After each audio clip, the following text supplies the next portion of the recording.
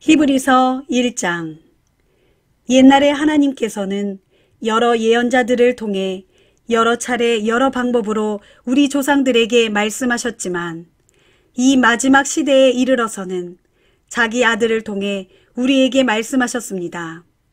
하나님께서는 그 아들을 만물의 상속자로 세우시고 그 아들을 통해 온 세상을 창조하셨습니다. 그 아들은 하나님의 영광의 광채이시고 하나님의 본체 그대로의 모습이십니다. 또한 그 아들은 자신의 능력 있는 말씀으로 만물을 굳게 붙들어 보존하시고 우리의 모든 죄를 깨끗이 씻어주신 후에 하늘에 오르셔서 높은 곳에 계신 존엄하신 하나님의 오른편에 앉으셨습니다. 그리하여 그 아들은 모든 천사들보다 훨씬 뛰어난 분이 되셨으니 곧 천사들과는 비교조차 할 수 없는 빼어난 이름을 물려받았습니다. 사실 하나님께서는 어느 천사에게도 너는 내 아들이다, 오늘날 내가 너를 낳았다 하고 말씀하신 적이 없고 또는 나는 그의 아버지가 되고 그는 나의 아들이 될 것이다 하고 말씀하신 적도 없습니다.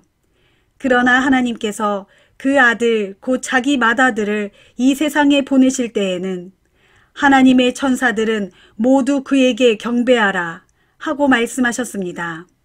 또 천사들을 두고는 성경에 기록되기를 하나님께서는 자기 천사들을 바람처럼 부리시고 자기 일꾼들을 불꽃으로 삼으신다 라고 하였습니다.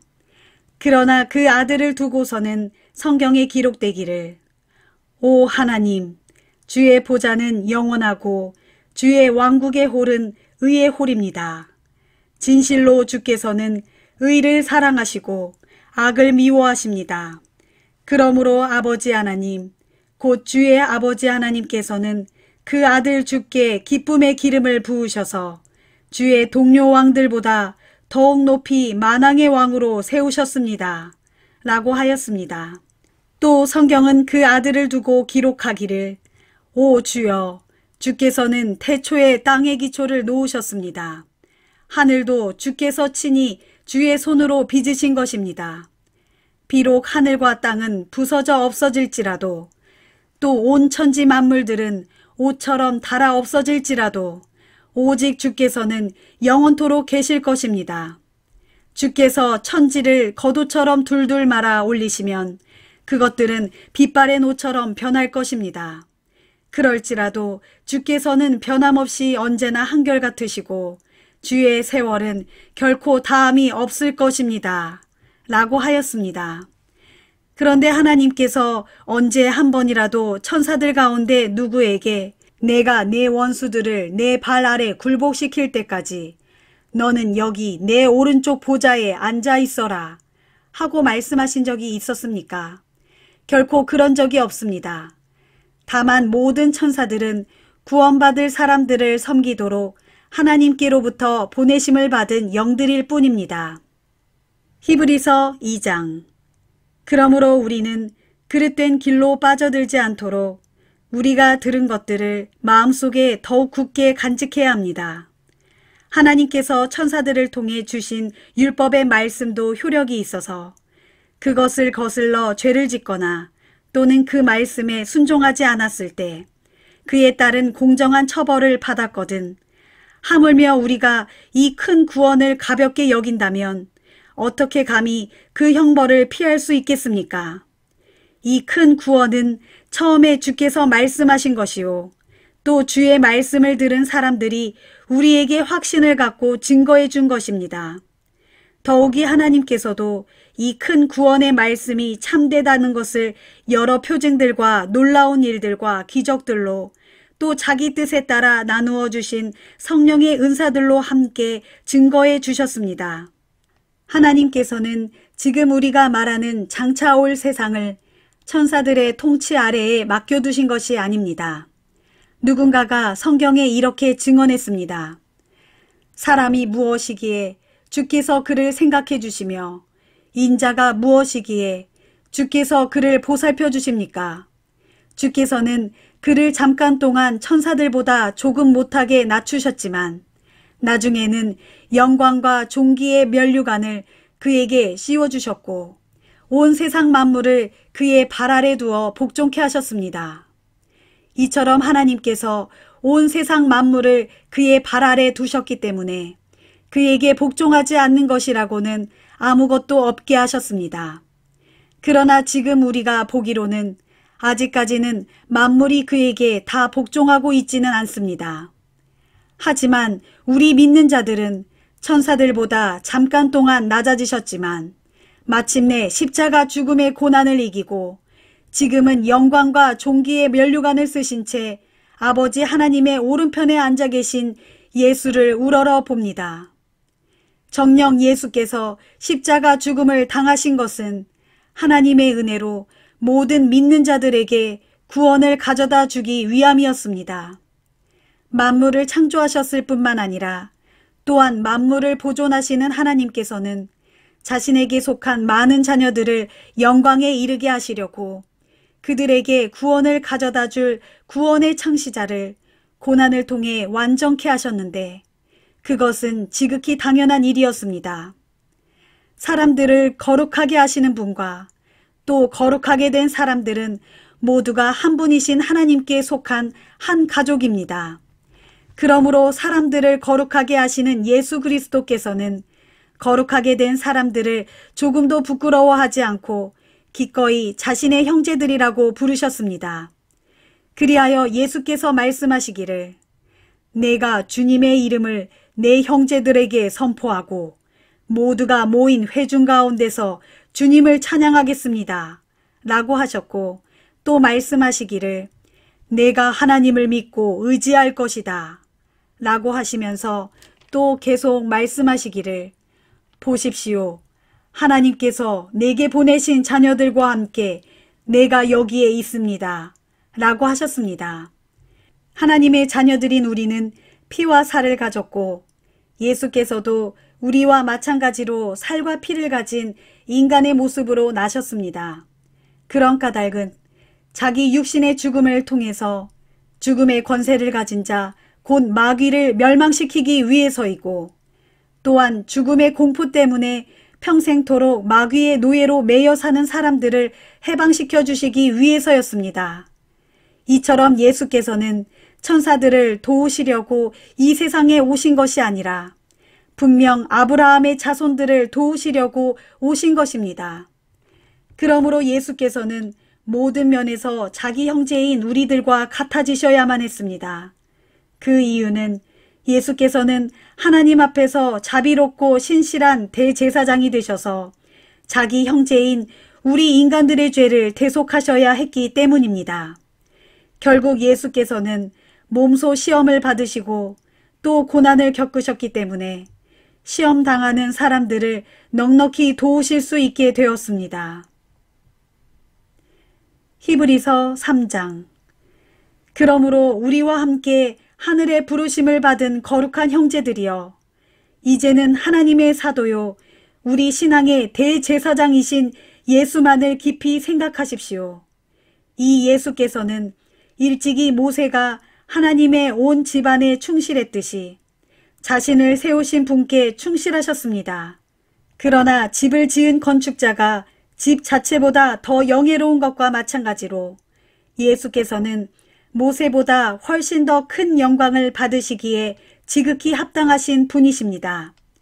모든 집마다 그 집을 지은 사람이 있듯이 온 세상 만물을 지으신 분이 계시는데 그분은 곧 하나님이십니다. 모세는 종으로서 하나님의 온 집에서 충실히 일함으로써 장차 하나님께서 말씀하실 것들의 증인이 되었습니다. 그러나 그리스도께서는 아들로서 하나님의 온 집안을 충실히 다스린 분이십니다. 우리가 그 소망을 굳게 붙든 채 확신과 긍지를 갖고 살아간다면 우리는 하나님의 집안 사람들입니다. 그래서 성령께서는 이렇게 말씀하셨습니다. 오늘날 너희가 그의 음성을 듣는다면 너희 조상들이 광야에서 시험받던 기간에 반역했던 것처럼 너희 마음을 완고하게 하여 고집을 부리지 말아라. 너희 조상들은 거기 광야에서 나를 줄고 시험하면서 40년 동안이나 내가 한 일을 지켜보았다. 그 때문에 나는 너희 조상들을 향해 분노하면서 이렇게 말하였다. 그들의 마음은 항상 곁길로 빗나가 있어서 나의 법도를 알지 못하였다. 이처럼 내가 너희 조상들에게 진노해서 맹세한 것처럼 그들은 결코 내가 약속한 안식처에 들어가지 못할 것이다. 형제들이여, 여러분 중에서는 아무도 불신의 마음을 품고서 살아계신 하나님을 떠나가는 자들이 없도록 삼가 조심하십시오. 도리어 여러분은 오늘이라고 말할 수 있는 매일의 그날 동안에 서로 권면하고 격려하여 아무도 죄의 유혹에 빠져 마음이 완고해지는 일이 없도록 하십시오. 우리가 처음에 가졌던 믿음의 확신을 끝까지 잘 유지한다면 우리는 그리스도께서 주시는 모든 복을 넉넉히 받아 누릴 수 있을 것입니다. 성경에 보면 오늘 너희가 그의 음성을 듣거든 너희 조상이 반역을 했듯이 그렇게 완고한 마음으로 고집을 부리지 말아라 하는 말씀이 있는데 과연 그의 음성을 듣고서도 하나님을 거역한 자들이 누구였습니까? 모세의 인도에 따라 이집트에서 나온 사람들이 모두 그랬지 않습니까? 그래서 하나님께서는 그들로 인해 40년 동안이나 광야에서 진노하시지 않았습니까? 즉 죄를 짓고 광야에서 죽어 시체가 되어야 했던 그 사람들에게 하나님께서 진노하셨던 것이 아닙니까? 또 하나님께서 누구를 향해 자신이 주신 안식처인 그 약속의 땅에 들여보내지 않겠다고 맹세하며 말씀하셨습니까? 바로 하나님께 순종하지 않은 그 사람들에게 하신 말씀이 아니었습니까? 이로써 우리는 그들이 그 약속의 땅에 들어가지 못한 것은 결국 그들의 불신앙 때문이었음을 알 수 있습니다. 히브리서 4장. 하나님께서 준비해 두신 안식처에 들어갈 수 있다는 약속은 아직도 확고하게 살아 있습니다. 그러므로 그 약속이 아직 남아있는 동안에 여러분 가운데 혹여 그곳에 들어가지 못하는 사람이 생기지 않도록 두려운 마음으로 삼가 조심하십시오. 오늘날 우리와 마찬가지로 과거 우리 조상들도 기쁜 소식을 전해 들었습니다. 하지만 그들이 들은 기쁜 소식은 그들에게 아무런 유익이 되지 못했는데 그것은 우리 조상들이 그처럼 기쁜 소식을 전해 듣고도 그것을 믿음으로 받아들이지 않았기 때문입니다. 이는 하나님께서 그러므로 내가 진노하여 맹세한 것과 같이 그들은 결단코 내가 준비한 안식처에 들어오지 못할 것이다 라고 말씀하신 그대로입니다. 그러나 그 기쁜 소식을 믿고 받아들인 우리는 그 안식처에 들어갈 수 있습니다. 사실 하나님께서는 이 세상을 처음 만드실 때부터 이미 그 안식처를 마련해 두셨습니다. 성경은 창조의 7째 날에 대해 기록하기를 하나님께서는 7째 날에 모든 일을 다 마치시고 쉬셨다 하였고 그러나 여기서 하나님께서는 다시 말씀하시기를 그들은 결코 내가 준비한 안식처에 들어오지 못할 것이다 하였습니다. 그렇다면 어떤 이들에게는 하나님께서 준비하신 그 안식처에 들어갈 수 있는 기회가 아직 남아있는 것입니다. 하지만 불행하게도 우리보다 먼저 기쁜 소식을 들은 우리 조상들은 하나님께 순종하지 않았으므로 거기에 들어가지 못했습니다. 그러므로 하나님께서는 다시 오늘이라는 어느 특정한 날을 정하시고 앞서 인용한 말씀처럼 오랜 세월이 지난 후에 다윗을 통해 말씀하시기를 오늘 너희가 그의 음성을 듣거든 그 말에 순종하고 너희 고집을 부리지 말아라 하셨습니다. 그런데 만일 여호수아가 그들에게 참된 안식을 주었더라면 하나님께서는 훗날 다른 안식의 날이 올 것이라는 말씀을 하시지 않았을 것입니다. 그러므로 하나님의 백성에게는 아직 안식의 날에 대한 소망이 남아 있습니다. 누구든지 하나님께서 마련하신 그 안식처에 들어가는 사람은 하나님께서 자신의 일을 다 마치고 쉬셨던 것처럼 그 사람도 자기 일을 다 마치고 쉬게 됩니다. 그러므로 이제 우리는 우리 앞에 놓여있는 이 안식처에 들어갈 수 있도록 힘씁시다. 하나님께 불순종한 탓에 아무도 그 안식처에 들어가지 못했던 우리 조상들을 본받는 일이 없도록 해야 하겠습니다. 참으로 하나님의 말씀은 살아있고 능력이 넘치며 어떤 양날의 칼보다도 더 날카롭기 때문에 우리의 영과 혼까지 능히 찔러 쪼개며 관절과 골수까지 충분히 꿰뚫어서 파고듭니다. 뿐만 아니라 하나님의 말씀은 우리의 마음속에 있는 생각이나 의도조차도 모조리 다 밝혀냅니다. 그러므로 어떤 피조물도 하나님 앞에서는 숨을 데가 없습니다. 도리어 그분의 눈앞에 모든 것이 다 벌거숭이로 드러나기 때문에 우리는 우리 자신이 행한 모든 일들을 그분 앞에서 드러내놓고 해명해야 합니다. 그러나 우리에게는 하늘로 올라가신 위대한 대제사장이신 하나님의 아들 예수가 계십니다. 그러므로 우리는 예수께 대한 우리의 신앙 고백을 흔들림 없이 굳게 지키도록 합시다. 우리의 위대한 대제사장이신 예수는 우리의 연약함을 모르시는 분이 결코 아닙니다. 그분은 우리의 연약함을 충분히 동정하시는 분으로서 우리와 마찬가지로 모든 면에서 시험을 받으셨지만 우리와는 달리 죄라고는 모르시는 분입니다.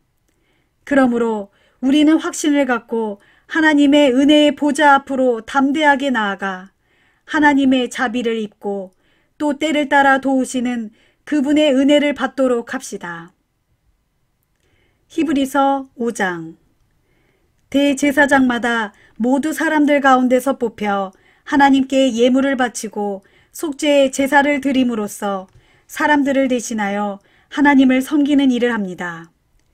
대제사장으로 봉사하는 그 사람 역시 연약함에 휩싸인 인간에 불과하므로 어리석고 빗나가는 다른 사람들을 관대하게 대할 수 있습니다. 대제사장이 다른 사람들의 죄뿐만이 아니라 자신의 죄를 위해서도 속죄의 제사를 드려야 하는 이유가 바로 여기에 있습니다. 그렇지만 대제사장이 누리는 이 같은 영예는 어느 누구도 자기 스스로는 얻을 수 없습니다. 아론과 같이 오직 하나님께 부르심을 받아야만 얻을 수 있습니다. 이와 마찬가지로 예수 그리스도께서도 스스로 자신을 높여 대제사장의 영예를 차지하셨던 것이 아닙니다. 다만 하나님께서 그에게 말씀하시기를 너는 내 아들이다.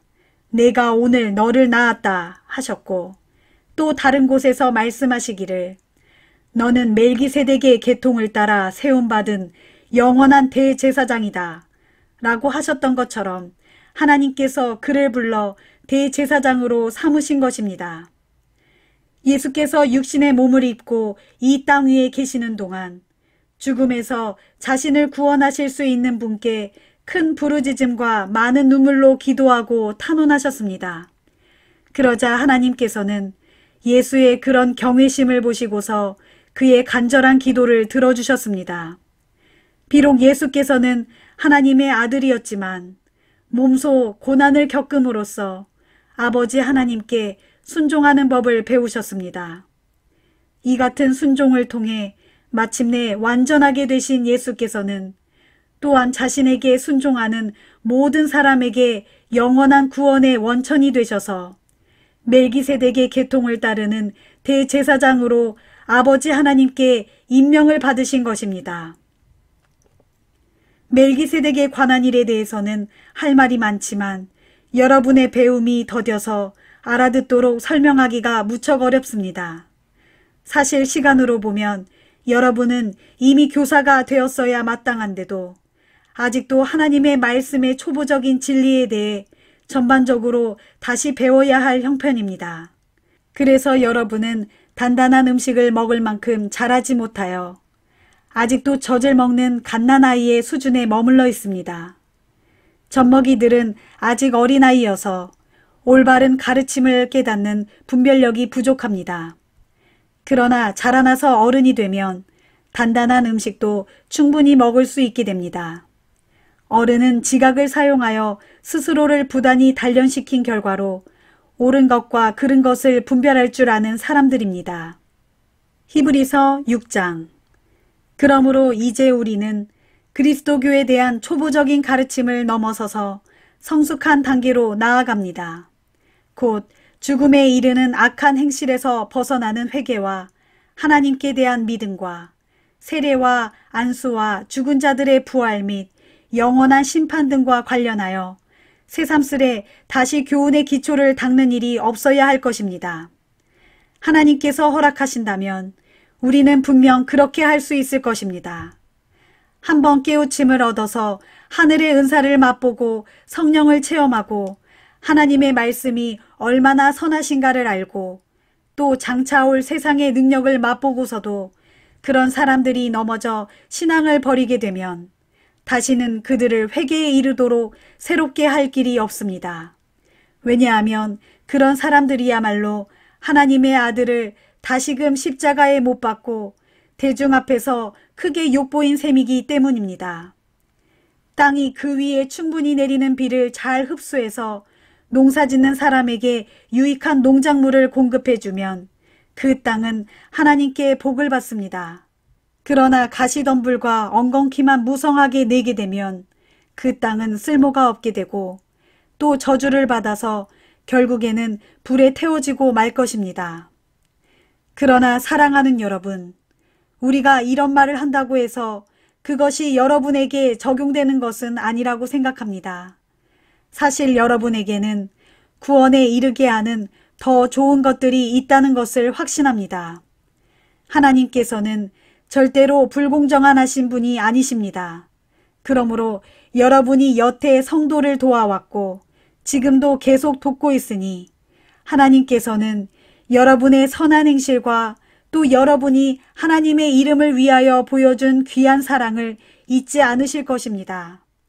여러분은 이러한 선한 열심을 마지막까지 변함없이 보여줌으로써 여러분의 소망을 확실히 이루기를 바랍니다. 그러므로 여러분은 게을러서는 안 됩니다. 오직 믿음과 인내로 약속된 유산을 물려받은 신앙의 인물들을 본받는 자들이 되어야 합니다. 일찍이 하나님께서 아브라함에게 약속하실 때 하나님께서는 자기보다 더 큰 이가 없기 때문에 자기 자신을 두고 스스로 맹세하시면서 말씀하시기를 내가 반드시 네게 복을 내리고 너로 크게 번성하게 하겠다 하셨습니다. 그래서 아브라함은 인내를 갖고 오래 기다린 끝에 마침내 약속된 것을 받아 누렸습니다. 사람들은 맹세를 할 때는 자기보다 더 위대한 존재를 두고서 맹세를 합니다. 그리고 그런 맹세를 통해 자기가 한 말에 매듭을 짓고 또 모든 논쟁을 끝냅니다. 이와 같이 하나님께서도 자신의 약속을 물려받을 사람들에게 자신의 뜻과 계획이 절대로 변치 않는다는 사실을 확실하게 나타내 보이시려고 맹세로서 그 약속을 확증하셨습니다. 하나님께서 이처럼 하신 까닭은 그분께서는 절대로 거짓말을 하실 수 없기 때문에 그 두 가지 사실, 곧 하나님께서 바라신 그 약속과 맹세는 결코 변치 않는다는 사실을 보여줌으로써 그 약속과 맹세에 의지하여 앞에 놓인 구원의 소망을 붙잡으려고 세상에서 피하여 나온 우리로 하여금 큰 위로와 격려를 받도록 하기 위해서였습니다. 우리가 가진 이 같은 소망은 안전하고 튼튼한 영혼의 닭과 같아서 우리로 하여금 휘장 안의 지성소에까지 곧장 들어가게 해줍니다. 그런데 예수께서는 우리를 위해 우리보다 앞서 달려가셔서 거기에 먼저 들어가신 분으로 멜기세덱의 계통을 따르는 영원한 대제사장이 되셨습니다. 히브리서 7장. 이 멜기세덱으로 말하자면 그는 살렘 왕이요 또 지극히 높으신 하나님의 제사장이었습니다. 그는 여러 왕들을 물리치고 돌아오는 아브라함을 만나 그를 축복해 주었습니다. 그러자 아브라함은 자신이 취한 모든 전리품에서 10분의 1을 떼어 멜기세덱에게 바쳤습니다. 이 사람 멜기세덱이라는 이름은 첫째로 의의 왕이란 뜻이고 다음으로 살렘 왕이란 말은 평화의 왕이라는 뜻입니다.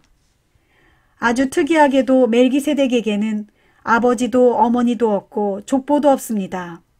또한 태어난 날도 없고 죽은 날도 없어서 마치 하나님의 아들과 마찬가지로 항상 제사장으로 있는 자입니다. 그렇다면 여러분은 멜기세덱이 얼마나 위대한 인물인지 한번 생각해 보십시오. 족장 아브라함조차도 모든 전리품 가운데 가장 좋은 것들로 골라 10분의 1을 그에게 바쳤습니다. 율법에 따르면 제사장 직분을 맡은 레위 가문의 사람들은 같은 동족인 아브라함의 후손들, 곧 이스라엘 백성들에게서 10분의 1을 거두도록 규정해 놓고 있습니다. 그러나 멜기세덱은 레위의 가문의 사람이 아니었는데도 아브라함에게서 10분의 1을 받았고 게다가 하나님의 약속을 받은 아브라함을 축복까지 해주었습니다. 두말할 나위도 없이 축복은 더 큰 윗사람이 보다 작은 아랫사람에게 베풀어 주는 것입니다. 그런데 레위 가문의 제사장들은 장차 죽을 인간들이었지만 10분의 1을 받았고 멜기세덱은 항상 살아있다고 전해지는 인물인데 10분의 1을 받았습니다. 그러므로 생각해보면 이스라엘 백성들에게서 10분의 1을 받은 레위 가문의 제사장들도 결과적으로 아브라함을 통해 멜기세덱에게 10분의 1을 바친 셈입니다. 그런 까닭은 멜기세덱이 아브라함을 만났을 당시 레위는 아직 태어나지도 않은 채 자기 조상 아브라함의 허리에 있었기 때문입니다. 비록 이스라엘 백성들이 레위 계통의 제사장 직분에 근거해서 율법을 받았지만 그 레위 가문의 제사장 직분을 통해서 온전한 것을 이룰 수 있었더라면 왜 굳이 아론 계통이 아닌 멜기세덱의 계통에 속하는 다른 제사장을 세울 필요가 있었겠습니까? 제사장 직분에 변화가 생기게 되면 율법에도 변화가 생기는 것은 너무나 당연합니다. 지금까지 우리가 말한 그 다른 제사장, 곧 멜기세덱의 계통에 따른 새로운 제사장으로 세움받은 분은 레위 지파가 아니라 다른 지파에 속했는데 그 지파에 속한 사람으로서는 지금까지 아무도 하나님의 제단에서 제사장의 일을 감당한 사람이 없습니다. 우리의 영원한 대제사장으로 세움받은 주께서는 분명 유다 지파 출신입니다. 그런데 모세가 자신의 율법에서 제사장 직분과 관련해서 말할 때 이 지파에 관해서는 아무것도 언급한 적이 없습니다.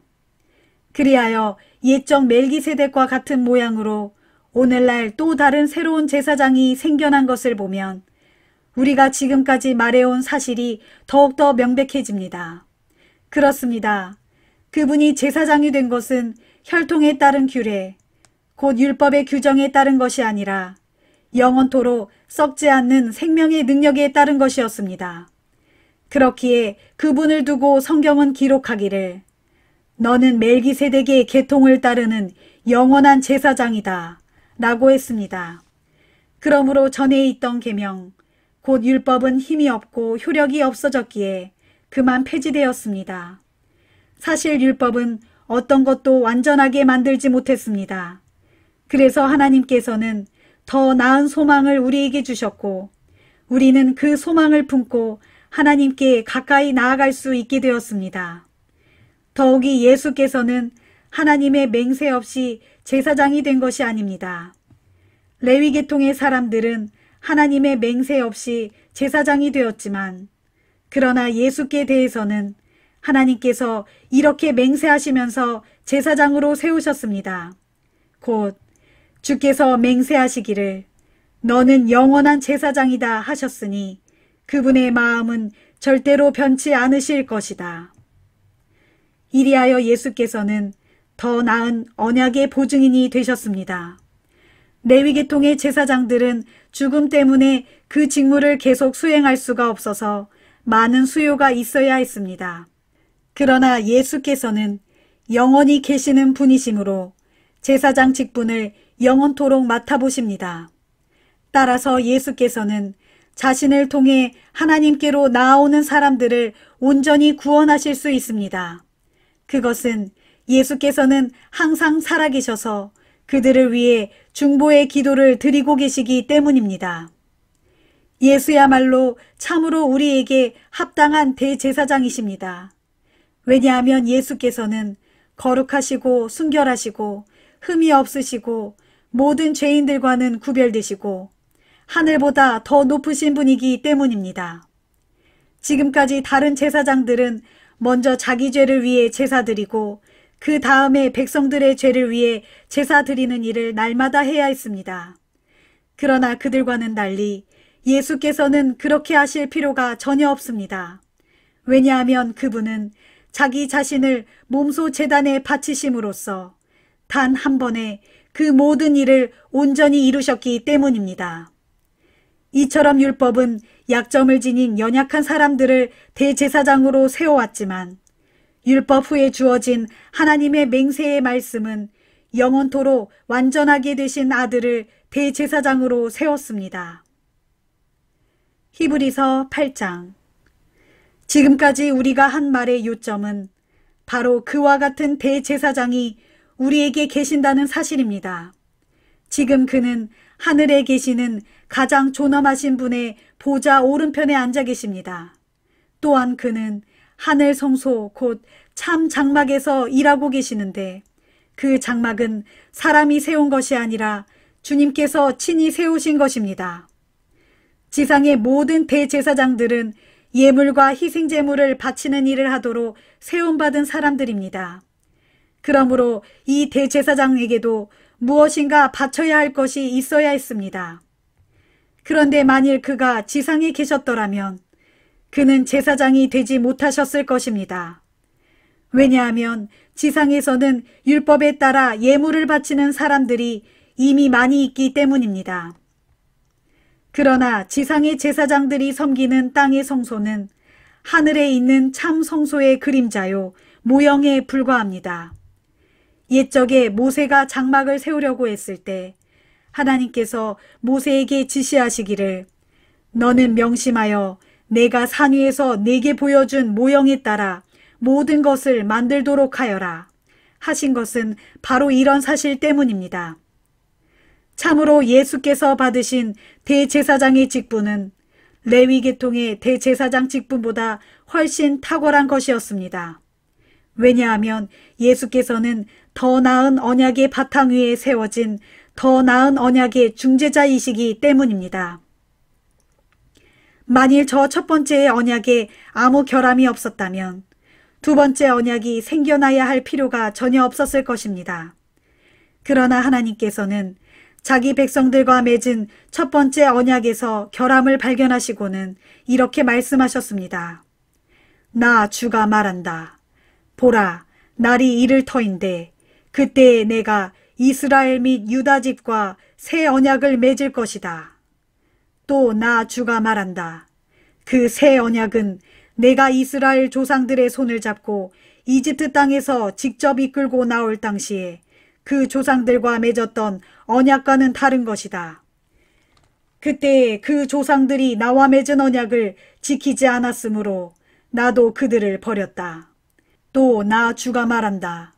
그때 이후로 내가 이 이스라엘 집과 맺을 언약은 이것이다. 곧 나는 내 율법을 그들의 생각 속에 집어넣고 그들의 마음 속에 새길 것이다. 그리하여 나는 그들의 하나님이 되고 그들은 나의 백성이 될 것이다. 그러면 이제부터는 어느 누구도 주님을 알라 하고 말하면서 자기 이웃이나 형제를 가르칠 필요가 없게 될 것이다. 왜냐하면 그때에는 가장 작은 자에게서부터 가장 큰 자에 이르기까지 모두가 다 나를 알 것이기 때문이다. 그리고 그때에 나는 그들의 허물을 불쌍히 여겨 다시는 그들의 죄를 기억하지 않을 것이다. 이처럼 하나님께서는 새 언약이라는 표현을 사용하심으로써 첫 번째 언약을 낡고 쓸모없는 것으로 여기셨습니다. 낡고 쓸모없게 된 것은 이내 사라지게 마련입니다. 히브리서 9장. 첫 번째 언약에도 예배 규정들과 땅에 속한 성소가 있었습니다. 한 장막이 세워졌는데 그 장막의 첫 번째 방에는 등잔대와 상이 있었고 그 상 위에는 빵을 차려놓았습니다. 이 첫 번째 방을 성소라고 불렀습니다.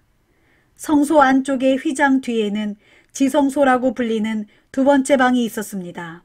그 두 번째 방에는 금으로 만든 분향제단 및 온통 금으로 입힌 언약궤가 놓여 있었습니다. 그리고 이 언약궤 안에는 만나를 담은 금 항아리와 싹이 돋은 아론의 지팡이와 언약의 십계명을 새긴 2개의 돌판이 들어있었습니다. 또 그 언약궤 위에는 그룹으로 불리는 영광의 천사들이 큰 날개를 마주 펴서 속죄판을 내리덮고 있었습니다. 그런데 이런 것들에 대해서는 지금 더 자세히 말할 필요는 없습니다. 이상과 같은 것들이 성막 안에 갖추어져 있어서 제사장들은 언제나 첫 번째 방인 성소를 드나들며 자신들의 직무를 수행했습니다. 그러나 성소 안쪽에 있는 2번째 방인 지성소에는 오직 대제사장만이 1년에 단 한 번 들어갈 수 있었는데, 그때 대제사장은 자기 자신의 죄를 용서받기 위해, 그리고 백성들이 모르고 지은 모든 죄를 용서받기 위해 반드시 희생제물의 피를 가지고 들어가야 했습니다. 이런 사실을 통해 성령께서 우리에게 가르쳐 주시려는 것은 첫 번째 장막이 서 있는 동안에는 지성소에 들어갈 수 있는 길이 아직 열려 있지 않았다는 것입니다. 이 장막은 현 세대를 위한 비유로 오늘날 우리에게 교훈을 줍니다. 즉, 옛 제도 아래에서는 장막의 제사 규례에 따라 아무리 예물과 희생제물을 바칠지라도 예배하는 사람의 양심까지 정결하게 해줄 수가 없다는 것입니다. 따라서 그런 규례들은 먹고 마시는 음식 및 여러 가지 씻는 예식과 관련된 의식상의 문제들로서 장차 새로운 개혁의 질서가 들어서게 될 때까지 육체에 부과된 규례들에 지나지 않습니다. 그러나 이제 그리스도께서는 새 언약의 각양 좋은 것들을 주관하시는 대제사장으로 오셔서 사람의 손으로 지은 장막이 아닌, 다시 말하자면 이 세상의 피조물들에 속하지 않은 더 위대하고 완전한 장막으로 들어가셨습니다. 그 장막으로 들어가실 때 그리스도께서는 염소나 송아지의 피를 가지고 들어가신 것이 아니라 자기 자신의 피를 가지고 단 한 번 지성소에 들어가셔서 우리에게 영원한 구원을 가져다 주셨습니다. 만일 옛 제사의 규례에 따라 염소 및 황소의 피와 암송아지를 태운 죄를 부정한 사람에게 뿌려도 그 육체가 깨끗해져서 거룩하게 될 수 있었다면, 하물며 영원하신 성령의 능력을 힘입어 자기 자신을 몸소 흠없는 제물로 삼아 하나님께 온전히 바치신 그리스도의 피야말로 더욱더 우리의 양심을 깨끗하게 해서 우리로 하여금 우리를 죽음으로 이끄는 모든 악한 행실로부터 벗어나게 해서 오직 살아계시는 하나님을 섬길 수 있도록 해주지 않겠습니까? 이런 이유에서 그리스도께서는 새 언약의 중재자이십니다. 그분께서는 첫 번째 언약 아래에서 우리가 저지른 모든 죄에서 사람들을 구원해 내시려고 자기 자신을 대속의 제물로 바쳐 십자가에 죽으셨습니다. 그리하여 하나님께 부르심을 받은 모든 사람들로 하여금 약속된 영원한 유업을 물려받게 하셨습니다. 유언장이 효력을 발휘하려면 유언을 한 당사자가 죽었다는 것이 확인되어야 합니다. 유언은 유언한 사람이 죽은 후에야 비로소 효력이 발생하기 때문입니다. 당사자가 살아있는 동안에는 유언이 아무런 효력도 없습니다. 이런 이유에서 첫 번째 언약도 죽음의 피 없이 맺어진 것이 아닙니다. 그 옛날 모세가 시내산에서 이스라엘 백성들에게 율법의 계명들을 선포할 때 그는 송아지와 염소를 죽여 그 피를 우슬초와 붉은 양털에 묻혀서 물과 함께 언약의 책과 온 백성에게 뿌리고서는 이것은 하나님께서 여러분에게 명하신 언약의 피입니다 하고 말했습니다. 같은 방식으로 모세는 장막과 제사의식에 사용되는 모든 기구들에도 피를 뿌렸습니다. 이처럼 율법에 따르면 거의 모든 것들이 피로써 깨끗하게 됩니다. 진실로 피 흘림이 없이는 죄 사함도 없습니다. 하늘에 있는 것들을 본떠 만든 땅 위의 모형들은 이처럼 여러 제사 의식을 통해 제물을 바침으로써 정결하게 될 필요가 있습니다. 그러나 본래 하늘의 것들은 이보다 더 나은 제물로 정결하게 되어야 합니다. 그리스도께서는 하늘의 참된 것들을 본떠 만든 성소, 즉 사람의 손으로 지은 땅의 성소로 들어가지 않으셨습니다. 그분은 바로 하늘의 참된 성소로 들어가셔서 우리를 위해 하나님 앞에 나타나셨습니다. 땅의 대제사장은 해마다 짐승의 피를 가지고 지성소에 들어가야 하지만 하늘의 대제사장이신 그리스도께서는 자신의 몸을 여러 번 바치기 위해 거듭해서 들락거릴 필요가 없습니다. 만일 그래야 했다면 세상이 시작된 이래로 그리스도께서는 여러 차례 고난을 당하셨어야 했을 것입니다. 그러나 그분은 자기 자신을 제물로 바쳐 모든 죄를 없애시려고 마지막 시대에 단 한 번 나타나셨습니다. 사람은 누구나 한 번 죽게 되어 있고 죽은 다음에는 심판이 있습니다. 이와 같이 그리스도께서도 많은 사람들의 죄를 짊어지시려고 단 한 번 자기 몸을 제물로 바치셨습니다. 그런 후 그리스도께서는 이제 죄를 감당하기 위해서가 아니라 자신을 기다리고 있는 사람들을 구원하시기 위해 두 번째로 나타나실 것입니다. 히브리서 10장. 율법은 장차 있을 좋은 것들의 그림자에 불과할 뿐이고 실체가 아닙니다. 그렇기에 똑같은 제사를 해마다 반복해서 드릴지라도 예배를 드리기 위해 하나님께 나아오는 사람들을 온전하게 만들 수 없습니다.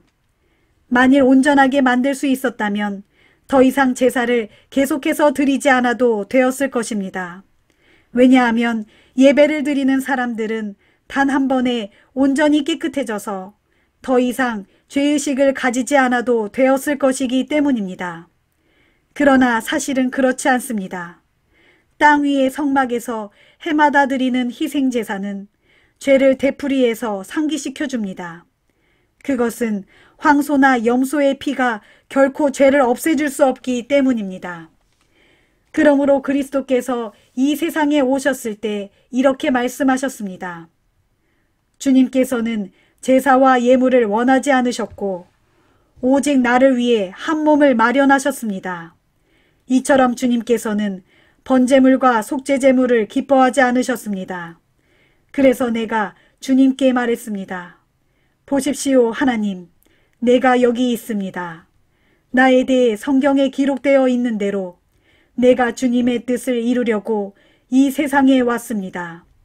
이와 같이 그리스도께서는 먼저 주님은 제사와 예물과 번제물과 속죄제물을 원하지도 기뻐하지도 않으셨습니다. 하고 말씀하셨습니다. 사실 이런 것들은 모두 옛 언약인 율법에 따라 드리는 것들입니다. 그런 다음에 그리스도께서는 또 보십시오 하나님, 내가 주님의 뜻을 이루려고 이 세상에 왔습니다. 하고 말씀하셨습니다. 이처럼 그리스도께서는 두 번째 것, 곧 새 언약을 세우시려고 첫 번째 것, 곧 옛 언약을 폐하셨습니다. 결국 하나님의 이런 뜻에 따라 이 세상에 오신 그리스도께서는 우리 죄를 없애시려고 자기 몸을 단번에 바치셨고 그 결과로 오늘날 우리는 거룩하게 되었습니다. 모든 제사장들은 날마다 제단 앞에 서서 자신들의 맡은 직무대로 똑같은 제물을 거듭 바치지만 그러한 제사가 우리의 죄를 없앨 수 없습니다. 그러나 그리스도께서는 우리 죄를 사하시려고 단 한 번 영원토록 효력 있는 제사를 드리시고 하나님의 오른편 보좌에 앉으셨습니다. 그 이후로 그리스도께서는 모든 원수들이 자기 발 아래 굴복할 때까지 기다리고 계십니다. 그리스도께서는 자신이 드린 단 한 번의 희생 제사로 거룩하게 된 사람들을 영원토록 온전하게 만들어 주셨습니다. 이 사실에 대해서는 성령께서도 우리에게 명백히 증언하십니다. 곧 성령께서 말씀하시기를 그날 이후에 내가 그들과 맺을 언약은 이것이다. 곧 내가 나의 율법을 그들의 마음에 기록하고 그들의 생각 속에 새겨주겠다 하셨고 그러고 나서 또 덧붙여 말씀하시기를 이제부터는 내가 그들의 죄와 허물을 다시는 기억하지 않겠다 하셨습니다. 이처럼 용서가 다 이루어졌으니 이제는 더 이상 죄 용서를 위해 희생제물을 드릴 필요가 없게 된 것입니다. 그러므로 형제들이여, 이제 우리는 예수 그리스도께서 흘리신 그 피로 인해 담대한 마음으로 하나님께서 계신 지성소에 들어갈 수 있게 되었습니다. 그 길은 예수께서 우리를 위해 지성소 휘장을 뚫고 열어놓으신 것으로 진정 새롭고도 살아있는 길입니다. 그런데 그 휘장은 바로 그분의 육체입니다. 우리에게는 하나님의 집을 다스리시는 위대한 대제사장이 계시고 또한 우리 마음은 그리스도의 피 뿌림으로 인해 악한 양심에서 벗어나 깨끗해졌으며 우리 몸도 맑은 물로 인해 정결해졌으므로 이제는 확고한 믿음과 진실한 마음으로 하나님께 담대히 나아갑시다. 또 우리에게 약속하신 분은 영원토록 신실하심으로 조금도 흔들리지 말고 우리가 고백하는 소망의 믿음을 더욱 굳게 붙잡도록 합시다. 그리고 우리는 서로를 사랑하고 선한 일을 하도록 피차 돌아보고 격려합시다. 어떤 사람들의 잘못된 습관처럼 우리는 함께 모이는 일을 절대로 소홀히 하지 말고 도리어 서로를 격려하고 권면하는 가운데 주의 재림의 날이 가까워 오는 것을 볼수록 더욱 힘써 모이도록 합시다.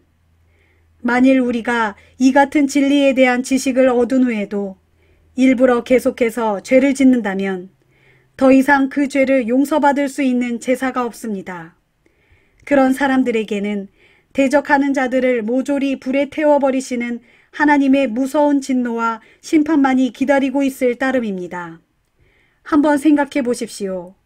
옛적 모세의 율법을 어긴 자들도 두세 증인의 증언만 있으면 가차없이 사형에 처했거든.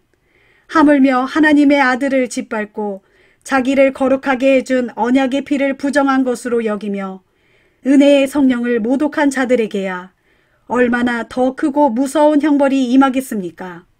우리는 원수 갚는 것은 내가 할 일이니 내가 다 갚아주겠다 라고 말씀하시고 또 주께서는 자기 백성을 심판하실 것이다 라고 말씀하신 분을 알고 있습니다. 이처럼 살아계신 하나님의 징벌의 손에 떨어지는 것은 정말 두려운 일입니다. 형제들이여, 여러분은 진리의 빛을 받아들인 이후에 고난 가운데서도 잘 견디면서 싸워 이겨내던 초창기 시절을 되새기십시오. 여러분은 때때로 비방을 받고 공공연히 박해를 당하기도 했고 또 그런 고난을 겪는 사람들의 동료가 되기도 했습니다. 또한 여러분은 감옥에 갇힌 자들과 함께 아파하고 여러분의 재산을 빼앗기면서도 기쁨으로 견뎌내기도 했습니다. 여러분이 그렇게 할 수 있었던 것은 여러분에게는 장차 더 좋고 더 영구적인 재산이 기다리고 있다는 것을 알았기 때문입니다. 그러므로 여러분은 끝까지 그런 확신을 잃어버리지 마십시오. 그리하면 반드시 장차 큰 보상이 뒤따를 것입니다. 여러분이 하나님의 뜻을 행하면 하나님께서 약속하신 것들을 받을 것입니다. 그러자면 여러분에게는 반드시 인내가 필요합니다. 그러나 오래 걸리지는 않을 것입니다. 성경에 기록되기를 머지않아 주께서 오실 터인데 그분은 지체하지 않으실 것이다. 그때 나의 의인은 오직 믿음으로 말미암아 살 것이다. 누구든지 믿음에서 물러선다면 내 마음이 그를 기뻐하지 않을 것이다 하였습니다. 그러나 우리는 믿음에서 물러나 멸망당할 사람들이 아닙니다. 우리는 믿음을 지켜 영생을 얻을 사람들입니다. 히브리서 11장. 믿음은 우리가 바라는 것들에 대한 실체요 보이지 않는 것들에 대한 증거입니다. 우리 조상들은 참으로 이 같은 믿음을 지녔기에 하나님께 인정을 받았습니다. 믿음으로 우리는 이 세상의 모든 것들이 하나님의 말씀으로 창조되었다는 것을 알고 그래서 우리 눈에 보이는 세상은 본래 존재했던 어떤 것들로 만들어진 것이 아니라 오직 하나님의 말씀으로 말미암아 생겨난 것임을 깨닫습니다. 믿음으로 아벨은 형 가인보다 더 나은 제물을 하나님께 바쳤습니다. 하나님께서는 아벨이 바친 믿음의 제물을 기꺼이 받으시면서 그를 의롭다고 인정해 주셨습니다. 이처럼 아벨은 믿음으로 제물을 바침으로써 그 제물이 하나님께 인정을 받았던 것입니다. 오늘날 아벨은 죽었지만 그는 자기 믿음을 통해 여전히 우리에게 증언하고 있습니다. 믿음으로 에녹은 죽음을 경험하지 않고 그 몸이 들려 하늘나라로 옮겨졌습니다. 하나님께서 그를 산채로 데려가셨기 때문에 그의 모습이 세상에서는 더 이상 보이지 않게 되었습니다. 하늘나라로 옮겨가기 전부터 에녹은 그 믿음으로 하나님을 기쁘시게 하는 자라는 인정을 받았습니다. 그렇습니다. 믿음이 없이는 아무도 하나님을 기쁘시게 해드릴 수 없습니다. 그러므로 하나님께로 나아가려고 하는 사람은 누구든지 하나님께서 살아계신다는 것과 또 그분은 자신을 진정으로 열심히 따르는 사람들에게 반드시 상을 주시는 분이시라는 것을 믿어야 합니다. 믿음으로 노아는 아직 아무런 조짐조차 보이지 않는 미래의 일들에 대해 하나님의 지시를 받았을 때 거룩한 두려움 속에서 방주를 지어 대홍수 때 자기 가족들을 구원했습니다. 이로써 노아는 그 믿음으로써 불신 세상을 정죄하였고 나아가 그 믿음으로 인해 의의 상속자가 되었습니다. 믿음으로 아브라함은 하나님께 부르심을 받았을 때 그대로 순종하여 장차 유업으로 받게 될 약속의 땅을 향해 길을 떠났습니다. 그런데 그때 아브라함은 자신이 어디로 가야 하는지 알지 못한 상태에서 오직 믿음으로 나아갔습니다. 마침내 약속의 땅에 도착했지만 믿음으로 그는 낯선 타국에 잠시 몸붙여 사는 이방인처럼 그렇게 살았습니다. 즉 아브라함은 낯선 타국 땅에서 장차 자신과 함께 동일한 언약의 상속자가 될 이삭 및 야곱과 더불어 나그네처럼 천막을 치고 살았습니다. 이것은 그가 조만간 하나님께서 친히 설계하시고 세우실 견고한 터 위의 도성을 기대하고 있었기 때문입니다. 또 믿음으로 아브라함은 자기가 너무 늙었고 자기 안에 살아도 이미 아기를 낳을 수 없는 단산의 몸이었지만 마침내 생식의 능력을 얻어 아버지가 될 수 있었습니다. 그것은 그가 자신에게 약속하신 분을 신실한 분으로 끝까지 믿었기 때문입니다. 그리하여 마치 죽은 사람이나 다름없는 이 한 사람에게서 하늘의 별들과 같이 많고 바닷가의 모래알들 같이 셀 수 없는 수많은 후손들이 생겨난 것입니다. 이 사람들은 모두 믿음을 따라 살아가다가 죽었습니다. 비록 그들은 살아있을 동안에는 약속된 것들을 받지 못했지만 오직 믿음으로 그것들을 멀리서 보고 크게 반겼습니다. 그리고 이 세상, 이 땅에서는 자신들이 잠시 머무는 외국인이며 또 나그네 신세임을 신앙 고백했습니다. 이 같은 신앙 고백을 하는 사람들은 자신들이 참된 본향을 찾고 있는 나그네 된 사람들임을 분명히 나타내 보여 주었습니다. 만일 그들이 떠나온 세상 고향을 생각하고 있었더라면 그들에게는 돌아갈 기회가 얼마든지 있었습니다. 그러나 그들은 실상 더 좋은 고향, 곧 하늘나라를 갈망하고 있었습니다. 그러므로 하나님께서도 그들의 하나님이라고 불리는 것을 부끄럽게 여기지 않으시고 도리어 그들을 위해 한 도성을 마련해 두셨습니다. 또 아브라함은 하나님께 시험을 받았을 때 믿음으로 순종하여 이삭을 바쳤습니다. 더욱이 그때 아브라함은 많은 후손의 약속을 받은 사람이었는데도 기꺼이 자기 외아들을 희생제물로 바치려고 했던 것입니다. 일찍이 하나님께서는 아브라함에게 이런 약속을 하셨습니다. 오직 이삭을 통해서 태어난 사람들이라야 네 후손이라고 불릴 것이다. 이 약속을 믿은 아브라함은 외아들 이삭이 죽더라도 하나님께서 반드시 그를 다시 살려내실 것이라고 생각했습니다. 비유적으로 말하자면 아브라함은 자기 믿음을 통해 외아들 이삭을 죽음으로부터 다시 돌려받은 셈입니다. 믿음으로 이삭은 장래 이루어질 일을 두고 야곱과 에서를 합당하게 각각 축복해 주었습니다. 믿음으로 야곱은 죽을 때 요셉의 두 아들을 합당하게 각각 축복해 주고는 자기 지팡이에 기대어 일어나서 하나님께 경배를 드렸습니다. 믿음으로 요셉은 죽을 때 장차 이스라엘 백성이 이집트를 떠나게 될 것임을 말하면서 이집트를 떠날 때 자기 유골도 반드시 함께 가지고 나가달라고 당부했습니다. 믿음으로 모세의 부모는 모세가 태어났을 때 그 아이를 3달 동안 몰래 숨겨 길렀습니다. 그것은 그들이 그 아들의 남다름을 알고는 아기를 죽이라는 이집트 왕의 명령을 두려워하지 않았기 때문입니다. 믿음으로 모세는 어른이 되었을 때 이집트 공주의 아들로 불리는 것을 거부했습니다. 모세는 죄 가운데서 육신의 안락을 잠시 누리기보다는 도리어 하나님의 백성과 함께 고난받는 길을 선택했습니다. 그는 이집트의 온갖 보화를 소유하는 것보다 그리스도를 위해 온갖 모욕을 당하는 것을 마다하지 않았습니다. 그것은 믿음으로 그가 장차 받게 될 하늘의 상급을 바라보았기 때문입니다. 또 믿음으로 그는 이집트 왕의 분노를 두려워하지 않고 이집트를 떠났습니다. 그는 보이지 않는 하나님을 마치 보는 것과 같이 뚜렷이 바라보면서 참고 견뎠습니다.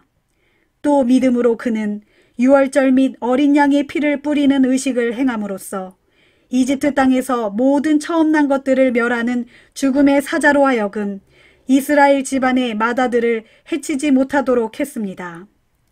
믿음으로 이스라엘 백성은 마치 마른 땅을 밟고 건너듯 홍해를 무사히 건넜지만 그들을 추격하던 이집트 군사들은 똑같이 그렇게 행하다가 모두 물에 빠져 죽고 말았습니다.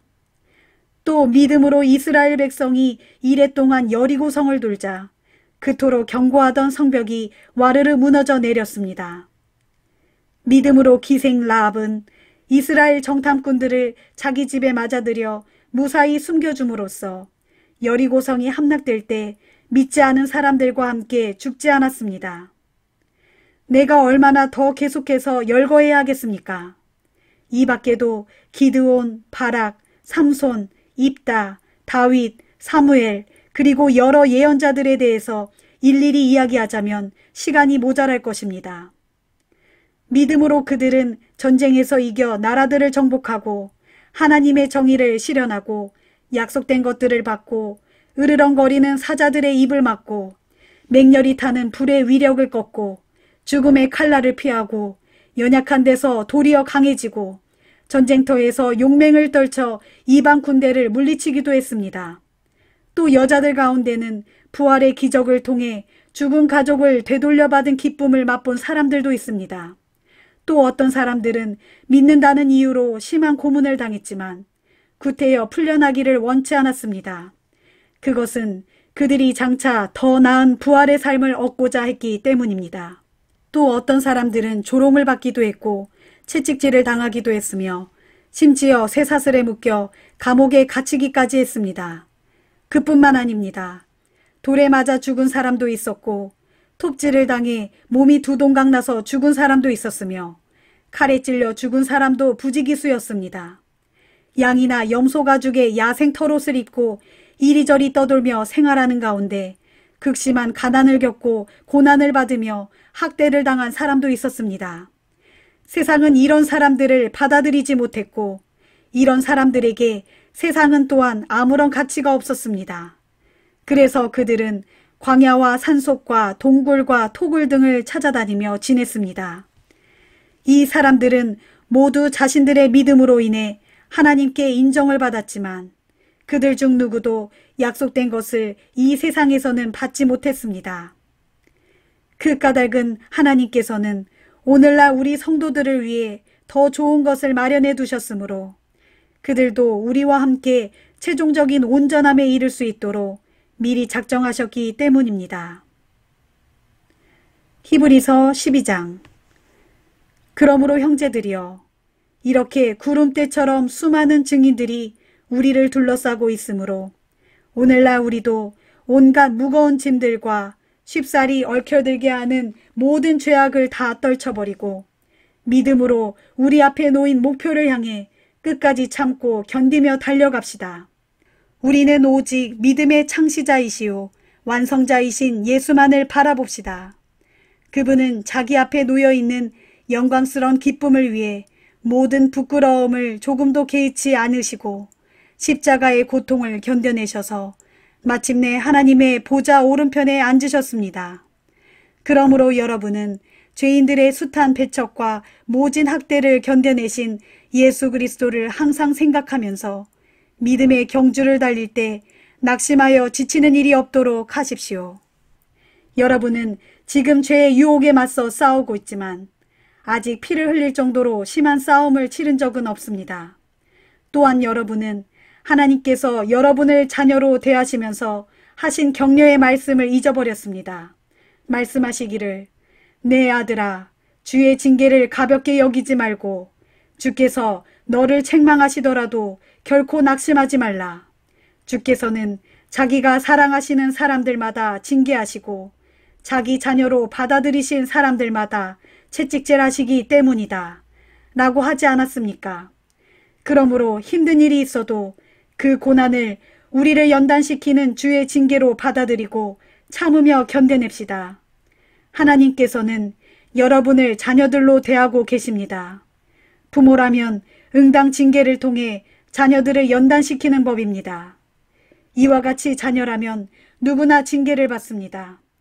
그런데도 만일 여러분이 주께 그런 징계를 받지 않는다면 여러분은 그분의 진짜 자녀가 아니라 단지 사생아일 뿐입니다.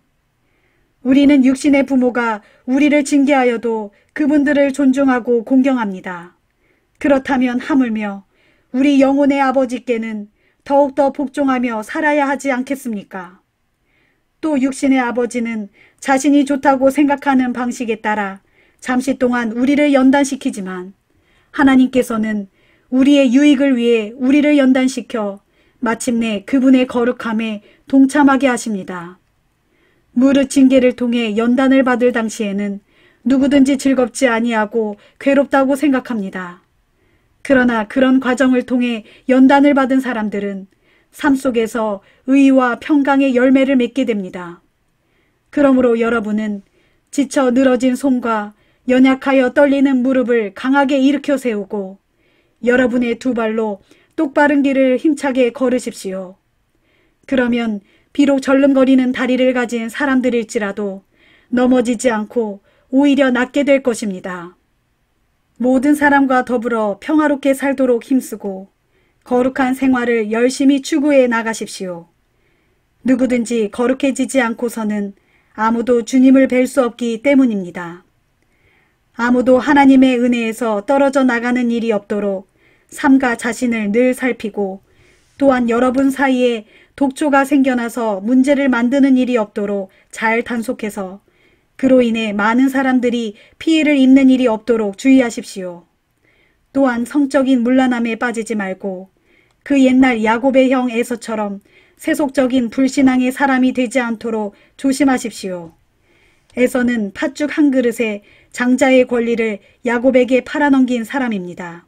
여러분도 잘 알다시피 그 뒤에 에서는 아버지에게 장자의 축복을 받으려고 계속 매달렸지만 거절당했습니다. 후회에 눈물을 줄줄 흘리면서 축복을 강구했지만 이미 때가 늦었기에 회개의 기회를 얻지 못했습니다. 오늘날 여러분이 믿음으로 나아가 다다른 곳은 그 옛날 이스라엘 백성들이 율법을 받았던 시내산 같은 곳이 아닙니다.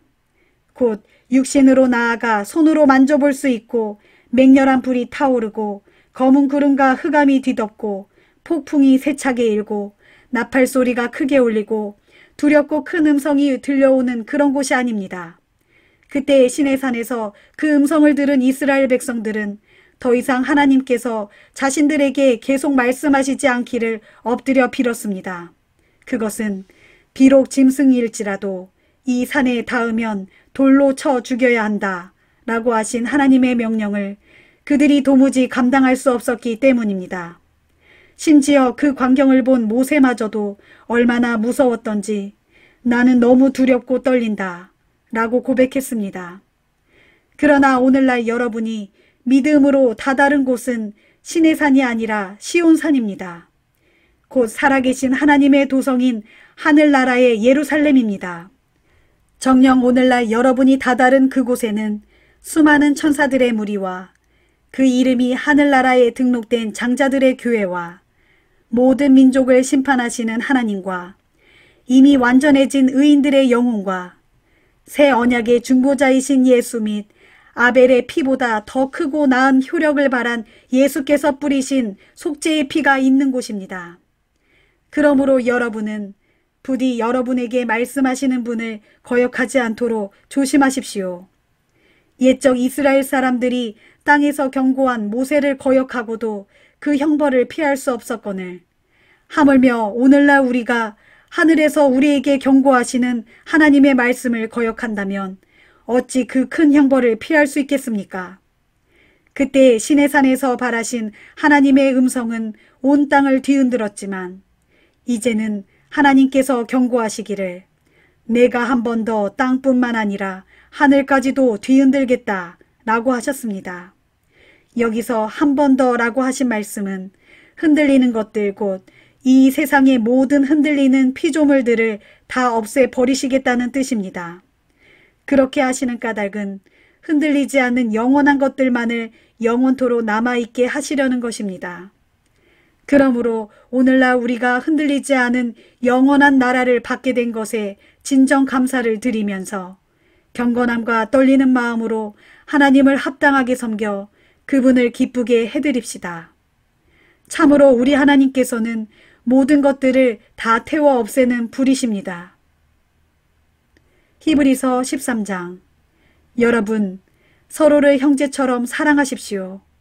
나그네 대접하기를 소홀히 하지 마십시오. 어떤 사람들은 평소 나그네를 잘 대접하다가 자신도 모르는 사이에 천사를 대접한 일도 있었습니다. 감옥에 갇혀있는 자들을 생각하되 여러분도 함께 갇혀있다는 심정으로 그들을 기억하십시오. 여러분도 몸을 가진 사람들이니 몸으로 고통받는 사람들을 헤아려 주십시오. 모두가 결혼을 귀하게 여기고 부부의 잠자리를 더럽히지 말고 순결하게 유지하십시오. 하나님께서는 음란한 자들과 간음하는 자들을 심판하실 것입니다. 돈을 사랑하여 돈에 얽매이지 말고 지금 갖고 있는 것으로 만족하십시오. 하나님께서는 우리에게 친히 말씀하시기를 내가 결코 너를 떠나지 않을 것이고 너를 버리지 않을 것이다 라고 했습니다. 그러므로 우리는 확신에 차서 담대하게 말할 수 있습니다. 주께서 나를 도와주시니 내가 무엇을 두려워하랴. 사람이 나를 어찌할 수 있으랴. 또 여러분은 하나님의 말씀을 여러분에게 가르쳐준 지도자들을 기억하십시오. 그들이 살다 간 삶의 길을 잘 살펴보고 그들의 신앙을 본받도록 하십시오. 예수 그리스도께서는 어제나 오늘이나 내일이나 영원토록 한결같은 분이십니다. 온갖 종류의 요상한 가르침에 마음을 빼앗기는 일이 없도록 특히 주의하십시오. 우리의 마음은 음식 규정을 잘 지킨다고 강해지는 것이 아니라 오직 하나님의 은혜로 강해집니다. 그러므로 음식 규정에 얽매여 사는 사람들은 아무런 유익을 얻을 수 없습니다.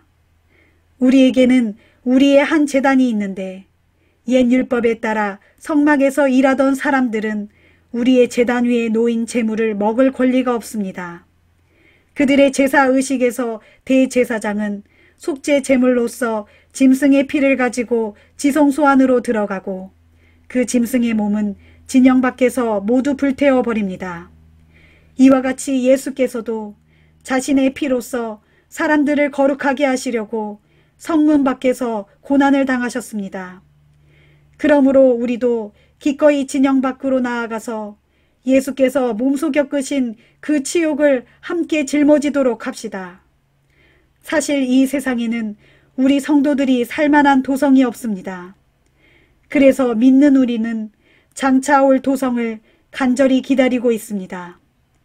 그러므로 우리는 예수를 통하여 하나님께 날마다 찬양의 제사를 드립시다. 그렇게 하는 것은 그분의 이름에 감사하며 우리의 신앙을 고백하는 입술의 열매입니다. 그리고 선한 일을 행하는 것과 나눠주는 일을 소홀히 하지 맙시다. 이러한 제사야말로 하나님을 진정 기쁘시게 해드리는 것입니다. 여러분은 여러분을 인도하는 목자들의 말에 순종하고 그들의 권위에 따르도록 하십시오. 그것은 그들이 여러분의 영혼을 위해 마치 자신들이 하나님 앞에서 계산해야 할 사람들인 것처럼 항상 깨어 여러분의 영혼을 지키고 보살피는 사람들이기 때문입니다. 그러므로 여러분이 최대한 순종하고 협조함으로써 그들로 하여금 기쁨으로 그 일을 행하게 하고 근심하거나 탄식하면서 하지 않도록 해주십시오. 그래야 마지막 심판 때에 여러분에게 큰 유익이 될 것입니다. 특별히 우리를 위해 기도해 주십시오.